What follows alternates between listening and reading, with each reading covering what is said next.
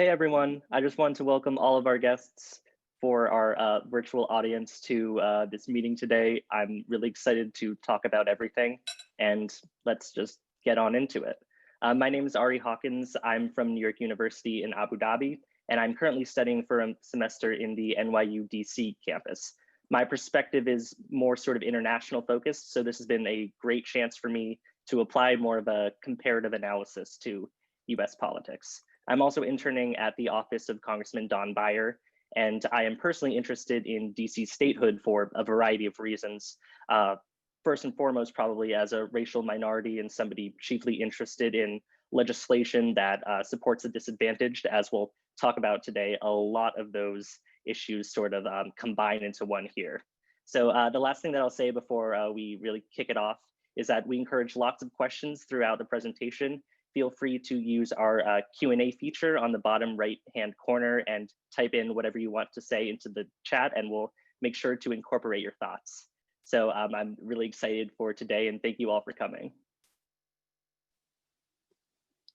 Thank you, Ari. Hi, I am Hermela. I'm the other moderator for this event. I am a current senior. I'm usually at the NYU New York campus, but this year, or this semester, I'm studying at NYU DC. I'm a student at Gallatin, concentrating in African development, media, and computer science. And I'm interested in DC statehood because I grew up in Northern Virginia. I'm always in DC, and I'm interested to see how DC statehood could solve a lot of the challenges faced by the community in DC. But yeah, it is my pleasure to welcome Ty Hobson-Powell, a native Washingtonian and a lifetime community advocate. After graduating from high school at 13, Ty went to become the youngest student to ever matriculate to Howard University in its history. After gaining his bachelor's degree at age 15 from the University of Baltimore and his master's degree at 17 from Liberty University, Ty began his career in public service with the DC Department of Employment Services, availing his support to some of the district's most disadvantaged residents. He also worked for Hillary for America in the 2016 presidential election as a field organizer in Erie, Pennsylvania. And currently he is serving as the co-founder and director for policy for Concerned Citizens DC, Civic Engagement Coordinator for University of DC, and is a lead organizer for the 51 for 51 DC statehood and JustDemocracy campaigns. So welcome. I guess we can start off by just asking you, how are you doing in this time of 2020 during the elections? How are you feeling, Ty? First of all, thank you for the introduction. Feeling, I guess, like every other American right now in this moment, just kind of cautiously optimistic. You know, in 2016, we had all the polling that we did to show us that Hillary was probably going to be the president, only for the election to go the way that it went. So I have not leaned really too much into the polls or the play-by-play of what's going on with political pundits. It's more just about the final count out. And so for me, the biggest thing that I'm looking for is to make sure that every vote is counted, and that from that vote, we can move into a peaceful transition of power. That is my hope for this election. So like I said, I'm watching by and just checking in like everybody else is, getting these notifications to my phone as they call more and more states. So hopefully we'll have some finality to this sooner than later. I know in 2000, we didn't get a result until December, an official one. And so just based on the scale of this election and how contested it is, how controversial it is, it's likely that we might have similar circumstances at play. But just hoping that, you know, this record voting turnout reflects change in our democracy. That's my hope for the election. Thank you. I like that. I like that phrase, cautiously optimistic. Okay, so to get started, why don't you tell us about how and why you got involved in the DC statehood movement? Absolutely. So I actually was giving a speech at one of my employers, DOES, Department of Employment Services, uh, and I was doing the work of really reaching out to youth in my city. And then somebody came up to me and said, "Oh, you have a powerful voice. Um, how would you like to use it to fight for DC statehood?" Now, up until that point, I hadn't really done my due diligence on DC statehood, on what DC's lack of statehood meant as far as disenfranchisement of the population was concerned. But once I was able to go and sort of do a deep dive, I was able to figure out that we are left behind in this democracy in so many different ways as a reflection of us not having statehood. So I got with the 5151 campaign, and we went on the early primary trail. We were in New Hampshire, we were in South Carolina, we were in Iowa at the Iowa State Fair, and really just going around and working to get a commitment from candidates regarding um, how far they were willing to go for DC statehood. So my group, 51 for 51, is different than traditional DC statehood advocacy groups because we are advocating for DC to become the 51st state with 51 votes in the Senate. To eliminate the filibuster to bring about social progress is what we're fighting for. It's a little bit bolder in terms of an agenda for statehood. But as we've seen with Mitch McConnell, not really working with the other side of the aisle and self-declaring himself as the Grim Reaper, the elimination of the filibuster might be the only way to usher in a lot of social progress, not only DC statehood, but this larger conversation about criminal justice reform and revisiting public safety, the Green New Deal, protecting women's reproductive rights. I mean, all of these things sort of require a different approach, one where we are committed to doing all the things that we can in order to make sure that we can usher in our revolution. So doing that work with 5151, like I said, we traveled to the early primary states, literally bothering candidates to make sure that we got a commitment on record to make DC the 51st state with 51 votes in the Senate. We were able to secure, I believe it was 19 endorsements. I personally was able to secure the endorsement of Joe Biden in South Carolina and of Kamala Harris in Muscatine, Iowa. And so that's something that was very important to me because I know people have long, on the Democratic side, said that they support DC statehood, but when given an opportunity to make DC a state, it falls very low on the list of priorities. And so it was just important, like I said, to really have them on record as committing to DC statehood because now we can hold their feet to the fire for some accountability as we cycle through and get these election results. That was always something that was so interesting to me with DC statehood, just regarding how widespread the impact would be. Some issues that are more directly tied to it tend to be homelessness and racial equity. So I was wondering how DC statehood could affect those in particular and what other things DC statehood would positively contribute. Absolutely. I mean, to look at the numbers is to understand that if DC were to become a state right now, we would be the only majority minority state. We would be the only majority Black state in the union. And so in terms of racial equity, it's just giving us a seat at the table. Right now, there are 700,000 mainly Black and brown residents here in Washington, D.C. who surround a democracy that they can't participate in. We pay the highest federal taxes. We send men and women to the services. We serve on juries. We have paramedics. All of the, like I said, all of the obligations as everyday Americans with none of the same rights. So from a racial equity standpoint, you're looking at enfranchising a population of people that has been left out of democracy for generations.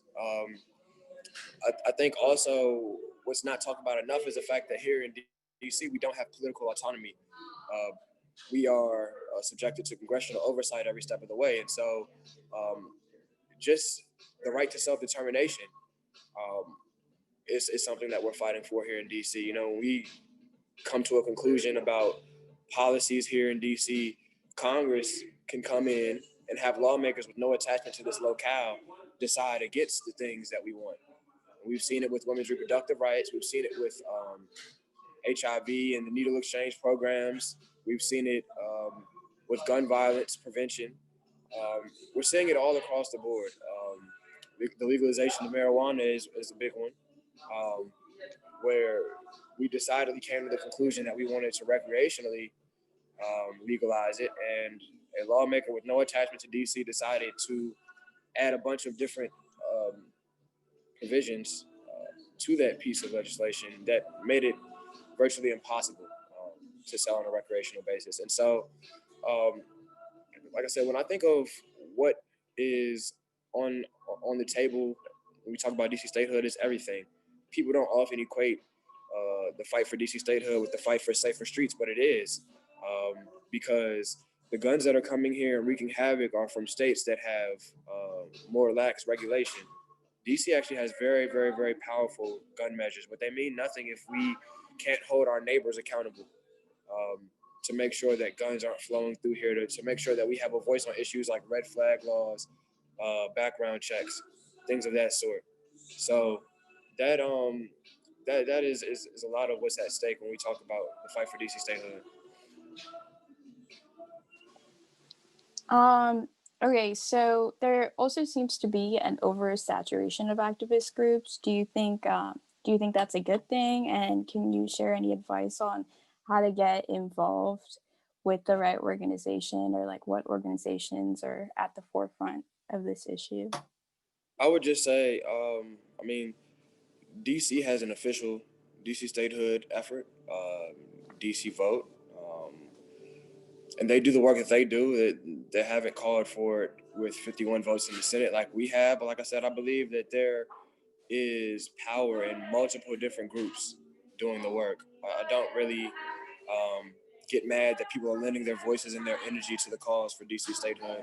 I would say that as you're trying to decide what you want to join, you have to do your due diligence, go and do research, figure out philosophically what these groups are fighting for, and try to see if it stands in alignment with what you're fighting for, with what you're trying to create. And if it does, then go for it. Something that I found interesting was how you spoke about talking to different politicians like Joe Biden and Kamala Harris. I was curious about sort of the makeup of the current Congress. We know that the Senate is very much up in the air, but is leaning right. So will that sort of modify the approach that you take to facilitate this type of progress? How do you plan on getting something that's a bit partisan passed in a divided Congress? I think really just trying to advance the notion that typically this has been viewed through the lens of a Democrat issue or a Republican issue. It's time to take the step back and really understand that this is a human rights issue. This is an American issue. This is not about partisan politics. This is about, like I said, giving us a seat at the table, a seat that we deserve as Americans, that we've been deprived of for so long. And so, like I said, I think that, you know, the Senate and its makeup gives us some political realities. And we have to be intellectually honest about those political realities, because conservatives are traditionally against DC statehood. Like I said, though, as far as our messaging and our approach is concerned, it's about really reaching out to the entirety of America and letting them know that this is about all Americans being included in democracy. It's not about two more votes for the Democrats. It's not about any of those other sort of things to the side. It's not a nuclear option in response to RBG passing. It's not a thing that we do as a retaliation for Amy Coney Barrett. It is a matter of us no longer asking, but demanding our seat in this democracy, because we deserve it. Because for so long we've lived with second-class citizenship, and my generation will be the last generation that has to put up with it. Can you conceptualize what, so if DC became a state, can you conceptualize what that process would look like in terms of like how you would afford it, what it would look like, how like communities? Yeah, so I mean, if DC became a state, we would be able to tax the federal government, which is DC's largest employer. We would be able to tax embassies. We would have a larger pool of money to draw from to allocate towards wraparound social services, towards the things that we care about, things like affordable housing, things like gun violence prevention and interruption work. Um, Really, structurally, I think is the thing that most people are struggling to wrap their hands around, right? Do the wards become cities? Do the councilmen become part of the state legislature, right? Like there are these running questions. I know that what will probably happen is a constitutional convention of some sort, where we really revisit the social contract that we have here in DC in order to figure out how we would map it out, figuring out governance, because obviously we would then have a governor, right? And just sort of like I said, I think reallocating leadership positions based on this newly formed structure that would come from that constitutional sort of conversation. So I think that like I said, the direct impact that would immediately be felt is more money flowing through Washington D.C., more autonomy. So what we say would go. We would be able to pass laws that reflect the local values of Washingtonians, and not be held hostage by Congress. And so I think that would be probably the most impactful.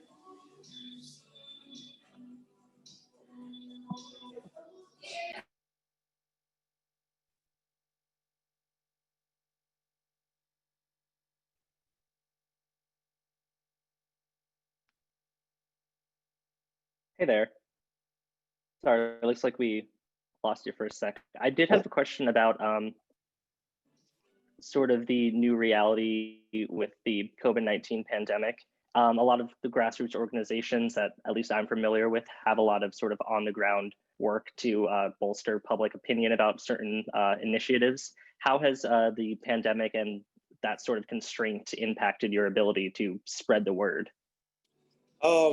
Definitely impacted our ability to do direct impact work, which is what we were doing. Like I said, hitting the trail, really chasing down these candidates, and trying to have a conversation with them. In the time since, we've adjusted to the new norm and transitioned to digital activism, taking our campaigns to social media, and really having that conversation there. I believe that that plays very well to what we aim to do at 51 for 51 anyway, which is education. A lot of people don't know about the disenfranchisement of DC, and education goes a long way towards really opening the doors of opportunity for DC statehood. You know, we had Mitch McConnell directly remark on our group saying that we were attempting to nuke the Senate for trying to be included. And, you know, it is fiery rhetoric like that that will have people viewing DC statehood in a particular way, right? But what I always say is that I don't think that bad things happen because of an abundance of bad actors as much as it is the scourge of misinformation and ignorance that allows the few bad actors that exist to present the truth in their own form versus the truth as it is. And so, like I said, to the extent that we haven't been able to directly engage, we've taken that engagement onto the internet. I was curious to get your perspective on the sort of Republican opposition, because you're right, it shouldn't be perceived as a partisan issue, although in a lot of ways it kind of is, at least from the federal perspective. Why do you think that there has been sharp opposition for such an initiative from so many people across the political aisle? I would say because Washington, D.C. is decidedly liberal. It is decidedly liberal, and because of our liberal leaning, people assume that we're gonna just be a liberal pocket, right? That we're just gonna be two more votes in the Senate for Dems. That I don't know. Like I said, it's really just a partisan politics thing, honestly. the fear on the right is that we'll be empowered to really stand against them with the numbers. If DC was a state, we probably wouldn't have had the Kavanaugh nomination, right? If DC was a state, we probably don't get Amy Coney Barrett. I mean, there is a bunch of different things that we can think of as reason why they would have opposition to that. But it's mainly rooted in partisan politics. Like I said, if they respected us as the Americans that we are, then it wouldn't be an issue. That's very interesting. I think now we're going to turn to some audience questions. And one of the first ones that's pulled up is, DC has a lot of people who move from out of state to DC. How can we leverage the non-native DC residents to get them on board for statehood? So that's actually the biggest thing that we've been doing. Really going out and, like I said, again, educating them. Because education is that one equalizer. We have to get people in Iowa to care about DC statehood. We have to get people in New Hampshire to care about DC statehood, because that's the only way that it'll be advanced as a priority to their elected officials, who ultimately would be the ones to help us get granted statehood. So it goes down to education. Definitely have to, like I said, equip them with the tools to talk intelligently. And I implore everybody to go to 5151.org. There's a lot of good information on there. And like I said, just educate. Every chance that I get, I throw in statehood into a conversation. So just education, I think, is the thing. As education goes around and more Americans can be made aware of how we're being disenfranchised, they can speak and utilize their agency and the fact that they have congressmen, congresswomen to really advance our interests on our behalf. Okay, next question is, DC had a vote on statehood in 1993, but failed to pass the House with all Republicans voting against and 40% of Democrats joining them.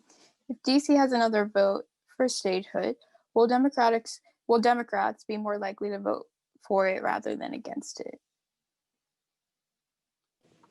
Say that one more time for me. You cut out a little bit. Sure, no problem. DC had a vote on statehood in 1993, but failed to pass the House with all Republicans voting against and 40% of Democrats joining them. If DC has another vote in statehood, will Democrats be more likely to vote for it rather than against it? So I don't know if you saw, but we had HR 51 advance through the House this summer. And so it's already made its way through the House. It's now been stalled at the Senate because, like I said, we have in Mitch McConnell somebody who dubs himself the Grim Reaper. And it's ironic that he told us that we were nuking the Senate when he had done everything to nuke the Senate by halting bills that have been democratically advanced to his chambers. But so to answer your question, we have HR 51 now. It has passed the House. And like I said, it's our hope now to really do this education campaign, to do this advocacy campaign, to get it to pass the Senate as well, to get people on either side of the aisle, like I said, not to see this as a partisan issue, but to really see the travesty to human rights that is occurring by DC failing to have statehood. That's very interesting. And just to, I guess, push that a little further, I was curious sort of exactly how we would be able to kind of leverage maybe popular opinion, if there's been a shift in that in recent years, to mobilize support for this with regards specifically to Republican senators who are usually against this type of initiative. Is there, I guess, any sort of direct action that we could do or the organization could do to help further that along in the best way possible? I mean, the direct action, again, is just the pressure of having these lawmakers know that their constituents care. Like if I am a senator from South Carolina, I'm thinking about all things South Carolina, naturally. And so that is my first priority as a lawmaker. But if I hear my constituents from Columbia and from Myrtle Beach, and they're all saying DC statehood now, it is something that requires me to send some staffers to go and interrogate. Okay, what is this DC statehood thing about? It becomes more of a priority. And so, like I said, I think right now what the people we have the bandwidth to make issues relevant to our elected officials. You know, they work for us, and we don't really take advantage of that as much as we should. I think right now, though, there's a collective awakening about this level of accountability that our lawmakers owe us. And so I think just really no one sort of direct action as much as just really engaging them on the issues and starting that conversation. That's very good advice. Always call your senator and annoy them until they finally get the memo. That would be great. Another audience question is, Ty, I am incredibly impressed with your educational achievement. If you feel comfortable answering, what part of the city did you grow up in, and where did you go to elementary, middle, and high school? What motivated your academic achievement? In a larger context, how do you overcome the challenges that most experience with the educational system in DC? Absolutely. So I am from Southwest. I was born in Southwest and raised uptown in Washington, D.C., Shepherd Park area. And then the other part of that question was just sort of how I did it or where I went to school at. Shepherd Elementary School. I went to Washington Latin Public Charter School for middle school, which was a free public charter school here. And then I went to School Without Walls for high school. And I also think that, oh, sorry. No, the other part was how did I maneuver through the challenges? It's an ongoing process. You know, literally, just yesterday, I lost one of my friends to gun violence. He was shot and killed here in D.C., 24. Life doesn't stop for the obstacles in your life, and the obstacles in your life don't stop for life, right? So, like, you just have to keep pushing. It's a constant process. You know what I'm saying? Of just fighting through different adversity. When I was in the second grade, my teacher wanted me to be in special education, but for my father being an administrator at a special education school himself and seeing different, I might have been streamlined on a whole different track. So I mean, I can't. It would take longer than we have on this Zoom call to run you through a list of all the specific tragedies or obstacles that I had to overcome, and I think that that's true about most of us in our lives, that we'll come across a bunch of different situations where life will leave us with more questions and answers. But it's that constant process of discovery. That's what this life is. Discovering yourself, discovering the world, the people in it. And so I just try to move through optimistically. I'm not always happy, but I am always joyful because every day above dirt is an opportunity to create a new world for myself and for others. So that's kind of how I just keep pushing through.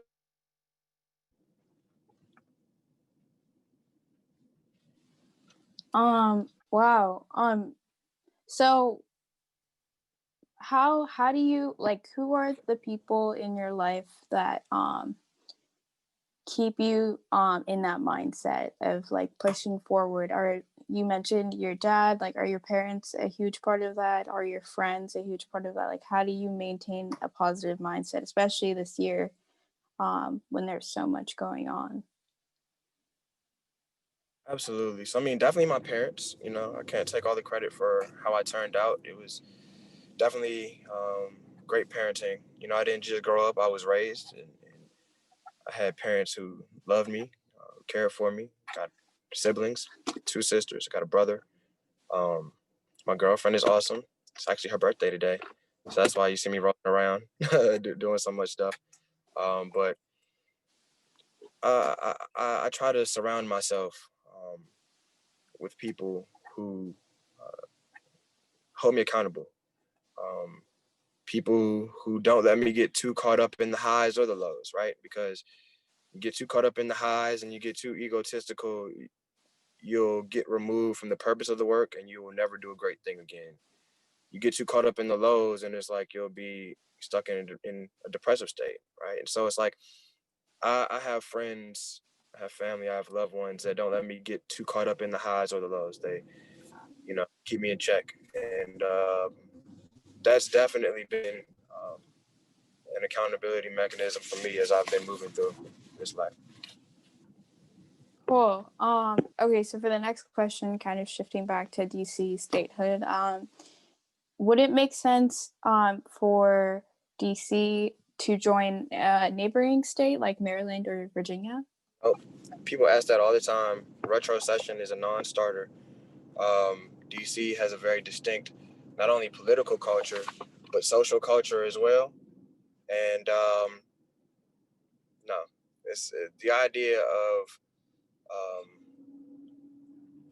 pushing us into another state, whether it be neighboring Maryland or Virginia.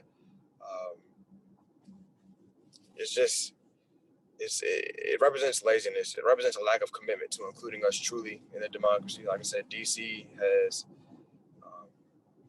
its own set of values, its own political culture, its own social culture, music culture, food culture. And we need to have our adequate political separation in respect of those realities.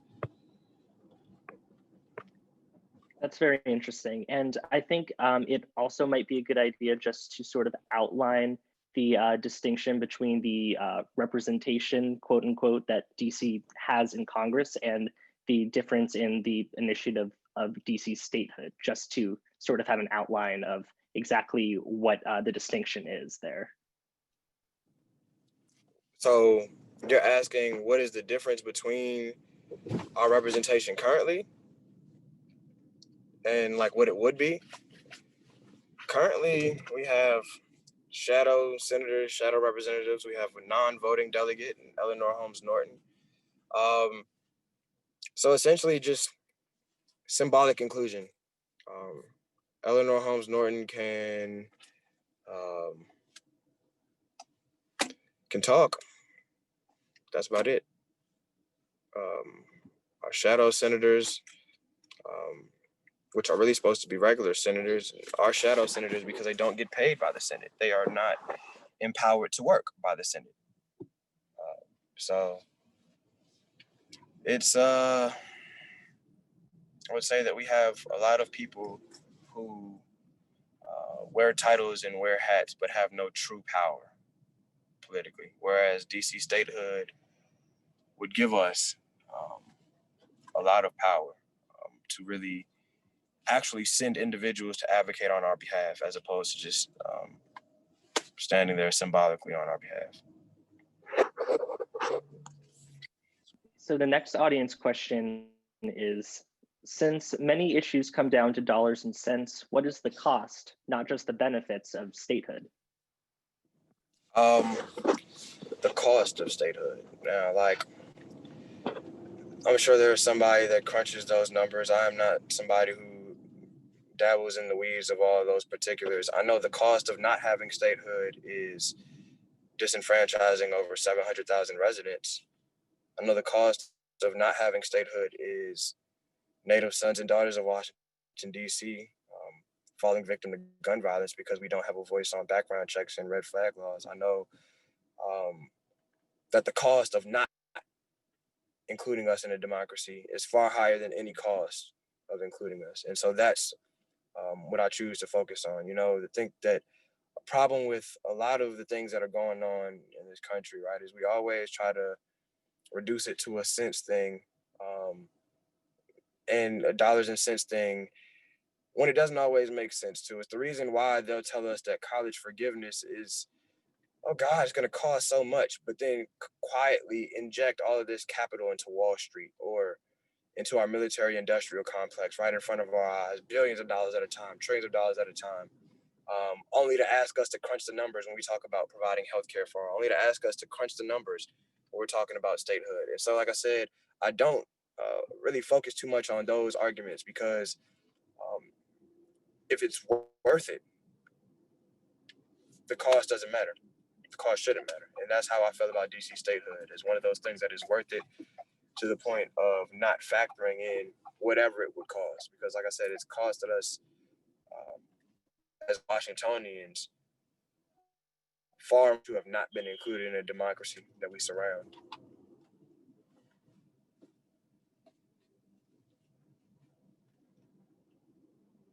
Okay, hold on. I'm pulling up the next question.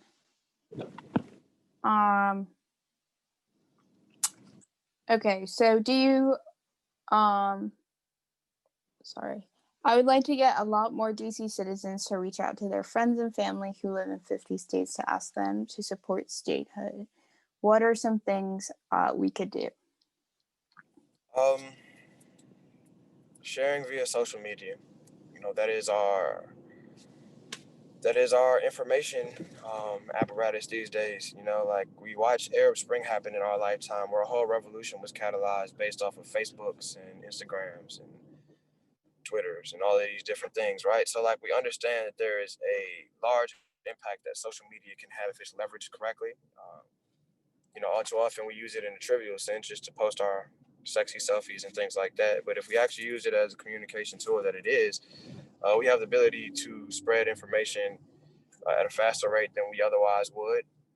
And I think that that's really what we should do. You know, 51 for 51, we had something called National Lobby Day, where we essentially had members of other states call their representatives, and we had like Zoom conferences and calls with the offices, and really just had a conversation about DC statehood. You could write a letter about DC statehood, make a video. I mean, there's any number of effective tools that we have at our disposal. It's about using them. I don't really tell anybody which one way to do it. Some people might choose to do it via artistic expression. Somebody might want to make a poem or a rap song or whatever the case may be. I know we had a couple muralists that did art here around DC statehood. Whatever you choose to do, though, just let it be genuine. And I think that that'll be the best thing that you can do, whatever you can do. We also had an audience question where it asks, is it constitutional for the federal district to be reduced in size? And I would also just be a little bit more curious about specifically the congressional mechanism that would enable DC statehood. Would it have to pass through the Senate? Would there have to be some kind of executive order? Exactly how, I guess, would it work federally?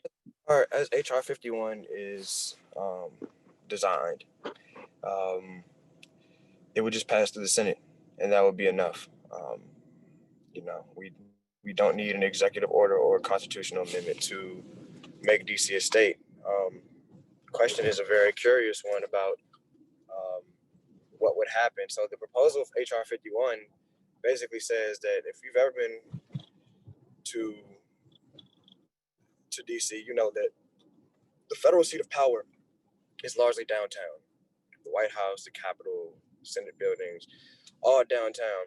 They propose to take what is that federal seat of power technically, all of these national offices, all of these buildings, and make that the federal District of Columbia. And then the surrounding Washington, D.C., see also southeast, southwest, northeast, northwest, the quadrants where residents like myself and others live, that would become Douglas Commonwealth, named after Frederick Douglass. So still DC, but the state of Douglas Commonwealth. And that's kind of how it will flow. And just a follow-up to that, would it be possible for some kind of executive order, say if the Senate proves to be unmovable for the foreseeable future? Is there any other method of getting something like this enacted? I mean, again, that's more for somebody who is in the weeds about different tactics. I am firmly committed to my tactic because I believe that getting it through the Senate lends itself to the kind of legitimacy that I would want on our statehood issue, as opposed to, let's say, somebody trying to do it via an executive order and it being dialed back down as a partisan sort of thing, because only reason it happened was because a Democratic president. Like, you know what I'm saying? I want this to be a reflection of um, both sides of the aisle coming together and realizing that we need to correct the wrong that is not having Washingtonians included. Okay, so for the next question, what are there any alliances with groups like Black Lives Matter? And to add to that, do you think that the events of this year, with the protests and the Black Lives Matter movement, do you think that's given to a voice to DC statehood and elevated its cause? I mean, certainly. I started a group called Concerned Citizens DC in June, and I mean, we're out here getting tear gas and pepper spray. They deployed federal troops out here, right? And so it's this idea that if we had the autonomy to really self-rule, we wouldn't have seen any of that. Now, granted, we still have experienced our own set of atrocities from MPD, and that's a whole nother conversation. But like, we wouldn't have been out here with the National Guard being deployed to shoot us in our streets, to brutalize us in our streets. We talk about alliances. 5151 does have a coalition. It's over 15 groups. Brady is one of the big partners, Gun Violence Prevention Group.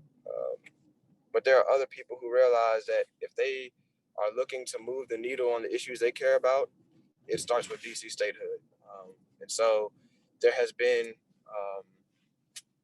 alignment between my group, Concerned Citizens, and the work that's being done with 50 over 51 in our proposal for, we put out something called the Bill of Rights for a New America on July the 4th, which is policy suggestions that we feel like could move us into the future that we deserve.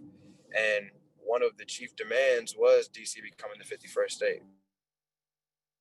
So you'll find a lot of the groups, Black Lives Matter groups on the ground that are talking, whether it's Concerned Citizens DC or Long Live Go-Go or Black Lives Matter DC, talking about making DC the 51st state, because we understand that you would be remiss to have this conversation about the movement for Black and brown lives if you were not also having this conversation about enfranchising Black and brown individuals in the nation's capital. Another audience question is, should Puerto Rico also be included in the discussion for DC's statehood? And I would also just be curious to ask your perspective on the contrast of those two initiatives for Puerto Rico and DC to become states. Are they similar in all capacities, or are there some kind of distinctions there? Completely different, honestly. So, I mean, DC statehood and Puerto Rico statehood are two different conversations entirely, mainly because the political will of Puerto Ricans is not all the way in line with making them a state. They have about a third of them that want independence, about a third of them that want statehood, and about a third of them that enjoy the current status that they have right now. So it's a little bit more politically dicey in that regard. But I mean, I think that is definitely a conversation to be had. I think, though, like I said, that the fundamental differences between DC statehood and Puerto Rico statehood is, like I said, the political will of the residents. So more DC are in favor of statehood than you would find in Puerto Rico by the numbers. And then, like I said, I think that really ours is kind of like a really, really, really big sort of, it's a bigger case to be made, I feel like, in our instance, because we're literally right up the street from the White House. We're literally right up the street from the Capitol, right up the street from the Supreme Court, but we have no no access to these institutions that are housed right here in our locale. And so that's kind of my thoughts on that. But I imagine that there will be a team mobilizing around making Puerto Rico a state soon. If there haven't already been more formalized efforts, I know I've seen a couple people say Puerto Rico statehood now, but as that continues to grow as a conversation, maybe they'll put it up for referendum in Puerto Rico and then start to have more conversations around it and more organized advocacy around Puerto Rico becoming a state. Okay, so there's a comment from an audience member, which is a lot of people don't know that we are forbidden under home rule law to elect more than 2 members of the same political party, i.e. Democrats, to at-large council seats. This is why we had 20 or so Democrats running as independents for the at-large seat on Tuesday. That's ridiculous. If you want to comment on that, you can, but I can also read the next question, which is, do you believe that the real reason why Republicans oppose DC statehood stems with their disdain for minority people having a voice in their government or in the government? Certainly. I mean, I don't think that if DC was all white that it would be this way. And it's ironic that the statehood conversation is the loudest when DC's black population is at historic lows. We used to call DC the chocolate city. Now Washington D.C. is about 46% black. Still, the largest demographic here. But again, like I said, I don't think that it's any coincidence that the statehood conversation has got the loudest that it's gotten as we've seen more non-black residents here in Washington, D.C., who come from states typically. A lot of people that have moved in, and they're used to having a congressman they can call. They're used to having senators, and so they come here and they're like, "Wait, what? You guys don't have senators?" Like, yeah, no, it's not gonna work for me. And like it's, I think that it definitely stems some from, like I said, their disdain to enfranchise minorities because minorities do typically vote on the Democratic side. But then, like I said, the other half of that is just stupid partisan politics. And it's really holding us back. Another audience question is, how strongly is your group advocating through our DC elected officials, such as Holmes Norton, our shadow senator and representative, and city council to achieve this goal? So, I mean, like our shadow senator, like Senator Strauss, like he's come out in support of our events sometimes. Eleanor Holmes Norton, the same. City council members, the same. They all do what they do from their station. I mean, the shadow senator's literal job is to advocate for statehood. Eleanor Holmes Norton has been a champion for statehood for the entirety of her career. So she does what she does from her position. You know, when HR 51 was coming through the House, she was vocal around that. And so, I mean, it's definitely a collaborative effort all across the board. But we do what we do at 51 for 51. And then, like I said, there are points of intersection where we collab and we make that happen as well. All right. And the last question is, if we live in other states, how can we pressure our elected officials to make DC statehood a reality? You already touched base on this, but maybe if you want to go into it, like on a local and state level, like things that people can do. Go to 51for51.org, get educated. Once you get educated, get activated. Go out and, like I said, write a letter, make an Instagram post, send something to your friends. Start the conversation so that it can become a priority for your elected officials. Because if you're in Alaska and Alaskans don't care about DC, why would you as a lawmaker? You got to make it very clear that as constituents, you guys care about DC statehood. And I think that's more than enough. Cool. Well, thank you so much for chatting with us today, Ty. And thank you to the audience who came to watch this. panel. If Ari, if you want to say anything, yeah, but thank you so much, Sai. That's about it. Just thank you for coming. Thank you for answering the many questions. And I think you're doing wonderful work to articulate this message.